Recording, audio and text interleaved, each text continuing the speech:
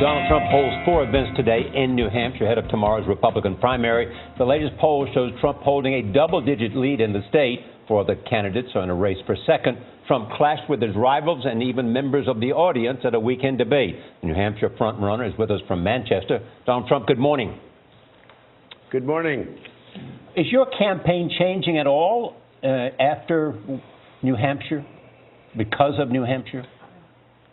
Well, you mean because of Iowa? No, I don't. Actually, I mean in terms of what the challenge is in New Hampshire because of the debate. No, I think, right. The debate was strong. I mean, we did well with the debate. Everybody seems to think I won the debate, which is always nice to read. It's nice to read you won as opposed to you lost. And the numbers seem to be good. I guess the new polls are showing me up since after the debate, the ones that just came out this morning. We feel very good. I mean, we did very well in Iowa. We came in a strong second and probably would have come in first had those votes not shifted from Ben, which was a terrible thing that was done to Ben Carson, in my opinion.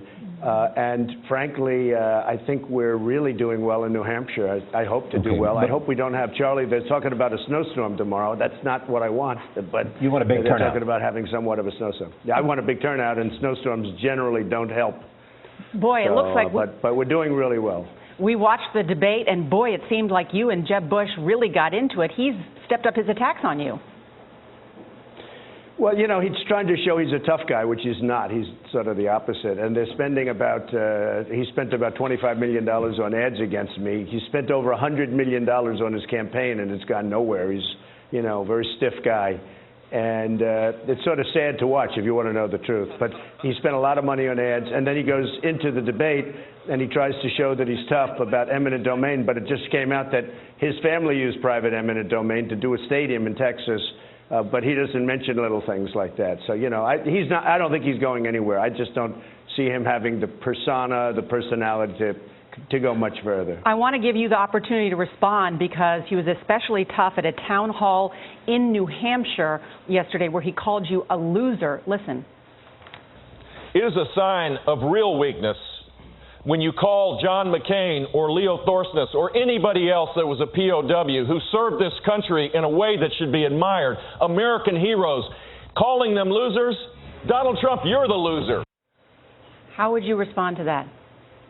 Well, it just shows you how they lied. Number one, I never called John McCain a loser, as you know. I like John McCain. I supported John McCain. I said he was a hero because he got caught, which is true to a certain extent. And I said he was a hero because he got caught. If you remember, I didn't call him a loser. So he's lied when he made that up. Leo, I don't know. I don't know who Leo is. So he's making some other name, probably an American hero, and he made that up. And honestly, Jeb's a loser. You look at the fact, yeah, but I just don't know him, Charlie, and I never made a comment about him, and I never said that about John McCain. But you look at Jeb's a loser. He spent $110 million so far. He's at the bottom of the pack or toward the bottom of the pack. He's going nowhere, and the only thing he does is attack me. That's, you know, he thinks if he attacks me, that's going to show he's tough. But every time he attacks me, he melts like butter. He's just a guy. I mean, it's really sad. Every time I see an ad about myself, it's him spending a lot of money, of special interest money. He's not putting up his own money. He spends money from the lobbyists and the special interest to attack me. So, you know, look, I don't see him going anywhere. The last thing we need, frankly, is another Bush. Okay, the story coming out of New Hampshire so far is one, that you have a huge lead. That's second story is that Marco Rubio suffered in the debate. All of the analysts after the debate said that he really took it on the chin. He really took a hard blow from the governors. What do you think of that? Well, he did. I was standing next to him. He was to my right, and he was having a hard time. It was sort of interesting to watch because he made the one statement, and I'm one with a good memory, so, you know, I'm hearing the one statement, and then a couple of minutes later he made the same statement, almost identical, and I said, all right, well, that's okay.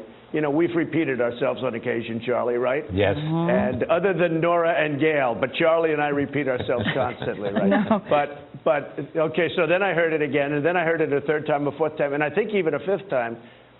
And I said, wow, that's really strange. I didn't know it was going to be blowing up. You know, it turned out to be a massive blow up, but it was at first, it was certainly different. I mean, it was a little, I'm standing there and I'm saying, did I hear that 5 times now? I mean, you know, what's going on here? And it was, you know, obviously a soundbite that he likes, but you can use a soundbite once, but you can't use it 5 times. It doesn't work. Donald Trump, there's a lot of things that are said about you. There's never been a campaign like yours, never been a candidate like you. There's something online today that says 24 of the most outrageous Donald Trump quotes. Do you ever have a moment where you say what your critics say about you and you think, well, maybe they have a point. Maybe I should try to do. Maybe I shouldn't have said. Do you ever have moments like that?